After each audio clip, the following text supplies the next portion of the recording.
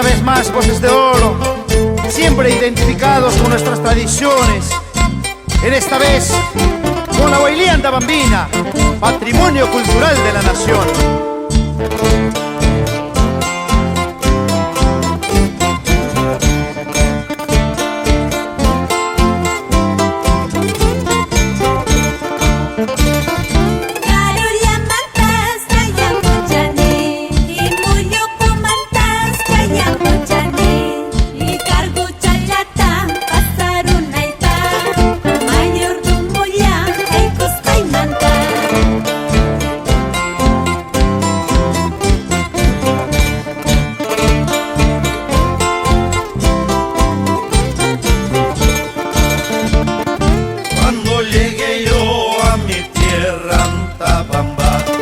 Cuando llegué yo a la puerta de la iglesia, todos cantaban mi linda Huaylia, todos bailaban mi linda Huaylia.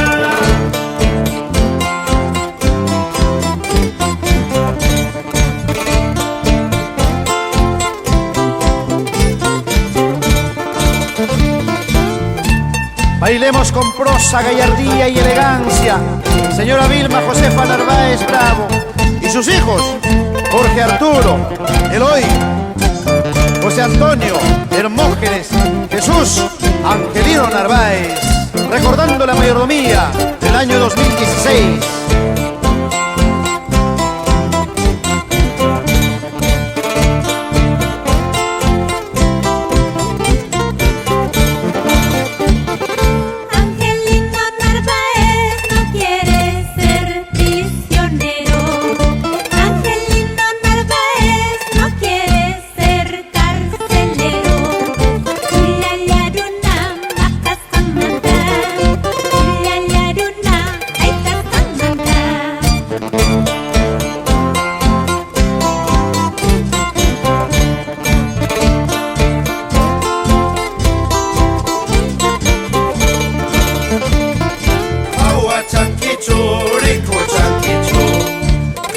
Kullaway, resi kullaway, Angelino las puri uchane, Narváez la pa puris kallamba.